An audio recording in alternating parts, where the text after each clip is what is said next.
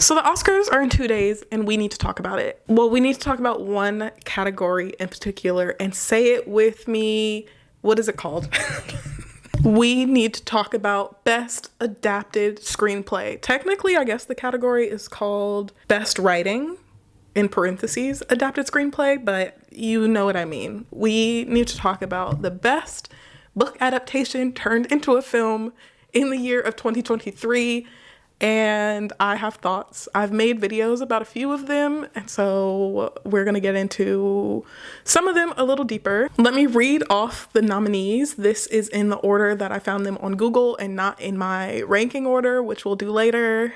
But first we have American Fiction, which was written by Cord Jefferson. The Zone of Interest, written by Jonathan Glazer. Barbie, written by Greta Gerwig and Noah Baumbach. Oppenheimer by Christopher Nolan, and Poor Things by Tony McNamara. Sorry. So those are the 4 nominees, and this is actually really hard. If I was an Academy voter, I don't know what I would do because these are great films, all but one.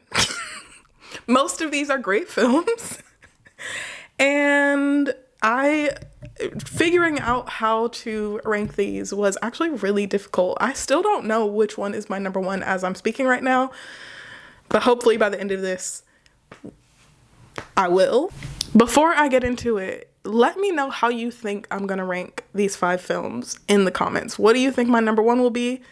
And what do you think my number 5 will be, my last place? If you've seen any of my videos, I'm sure you already know. But yeah, let me know your thoughts and let's get into it. Let's start with the one that I know for a fact is not my number 1. So coming in at number 5, I feel like I'm doing the TRL countdown.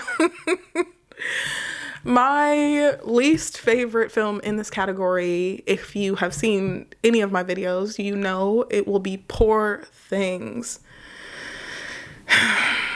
Again, I've made a whole video about this movie, so if you want to know why I didn't like it, please go watch that video. But yeah, if I had to choose out of all these movies, it would be Poor Things, coming in 5th place. Now, number 4 is actually a little challenging. I'm going back and forth between 2 movies. But in 4th place, I think I'm choosing Barbie. And I haven't talked about Barbie on my channel. And when I saw it was nominated for Best Adapted Screenplay, I was confused because it's not based on a book, which is what I assumed it needed to be to fall into this category. But I guess because it's based off of Barbie and all that is, it was an adaptation. I still don't get it. Like, if you made a film about a person, but not off of a biography or autobiography, would it be considered an adapted screenplay? Let me find out.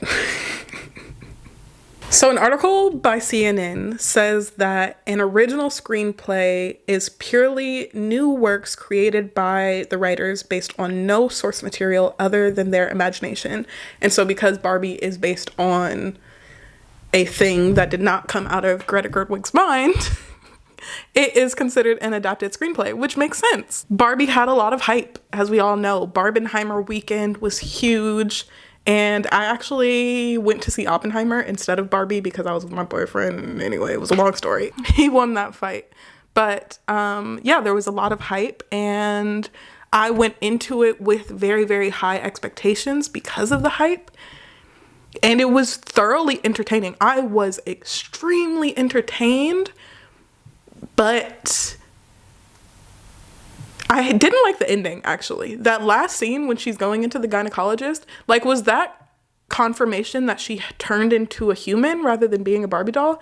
I didn't get it at all. You let me know in the comments, but be nice about it. But I just thought it was a little overhyped. I don't know if it was as good as the hype around it made it seem to be. It was entertaining. That's all I have to say. Those are my thoughts on Barbie. Again, these rankings do not mean that it is a bad film besides number 5. But yeah, so Barbie is number 4. Again, I think choosing between second And third is also really hard. But because I'm forcing myself to choose, no one's making me do this. Because I'm making myself choose, in third place, I would give it to Oppenheimer. And I give it to Oppenheimer. I put Oppenheimer in third for one reason in particular, and that's because the pacing of conversations was way too fast. When I was in that movie theater trying to listen to the dialogue of this film, I didn't even know what they were saying. And I was sitting with my boyfriend who's British, not 100%, comfortable with an American accent. And he was like, what did they say? And I was like, I couldn't tell you because it was so quick. There's so much happening in that movie that they have to make everything go by so quickly to fit it into a reasonable amount of time. And it was honestly too much. Oppenheimer was really, really, it was amazing, of course, but I actually enjoyed the second half of the film more than the first. Like, everything that happens before the bomb is finished wasn't my favorite part. Everything after that was fantastic. And honestly, it felt like it could have been two movies. I don't know if people would have seen an Oppenheimer 1 and 2. I don't know how that could have worked, but it was two stories made into one movie, and it just trying to fit all of that into one film, it was too much.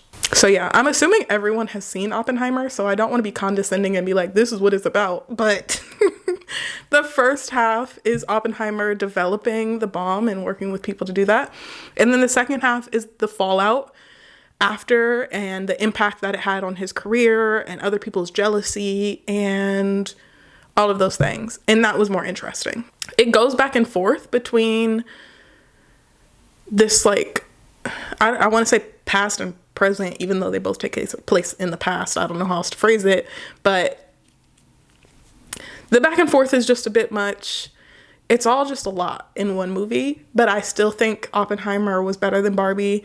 And so it goes in number 3. Our last two films are The Zone of Interest and Erasure. Sorry, American Fiction. American Fiction is based off of the book Erasure by Percival Everett, which I've read and made a video about, so please go check that out. I loved it. And The Zone of Interest is based off of the book The Zone of Interest by Martin Amis, or Amos. He's a British writer, and I really wanted to make a video about The Zone of Interest. I started reading the book and I had to DNF it. I'm going to give a little more context about The Zone of Interest because I don't have a video to refer you all to go find out what it's about. The book The Zone of Interest is about a fictionalized Rudolph House, who was a real person. He was a commander of the Nazis. I don't know exactly, but he was a Nazi, and he played a big role in the Holocaust, specifically at Auschwitz.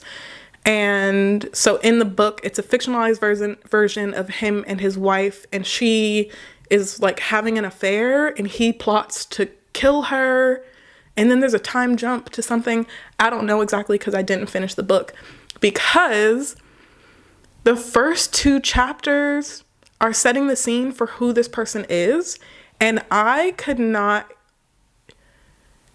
become comfortable being in the mind of a Nazi. And it's not like, in the book, he isn't like daydreaming about killing people, but he is killing people. And I know that. We all know that. He's a Nazi. That's what was happening. And so I couldn't build any desire to know anything about this person. I did not care about his conversations with his friends, or him hitting on a woman.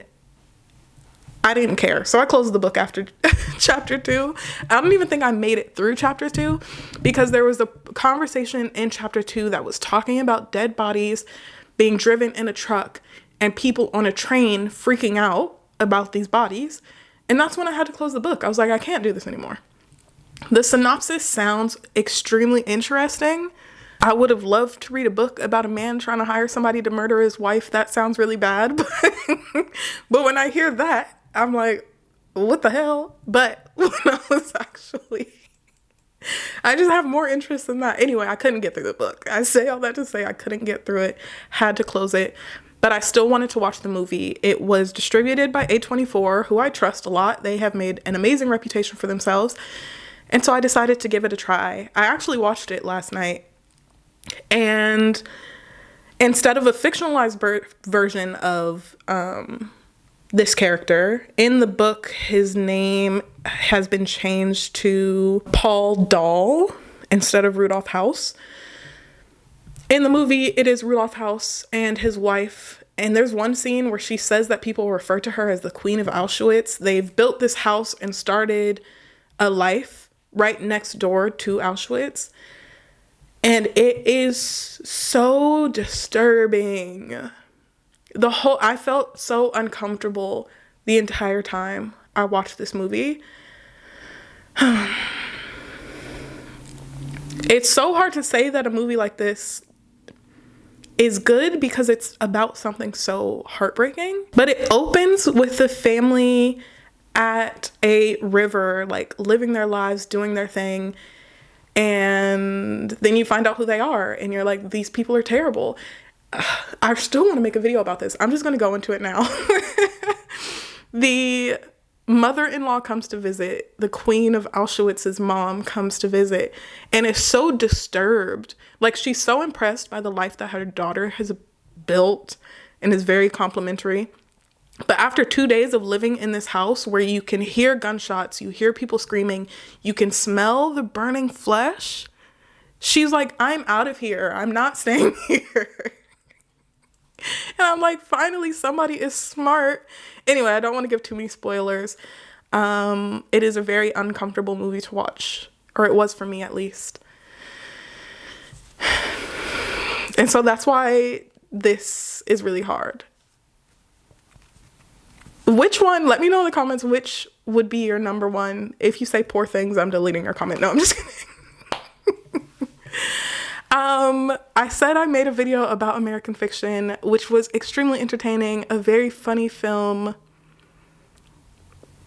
And I'm trying not to, because I loved the source material. I think it is influencing this decision. Maybe me being Black is influencing this decision. I just love Jeffrey Wright. Oh my goodness, how do I decide? And this is what I mean. How do the voters decide? Do people actually read the source material in order to vote for best adaptation? I'm sure they don't, but I try to. And so for that reason, The Zone of Interest is coming in second place. And American Fiction would be my number one choice. Is anyone surprised? I would pick American Fiction.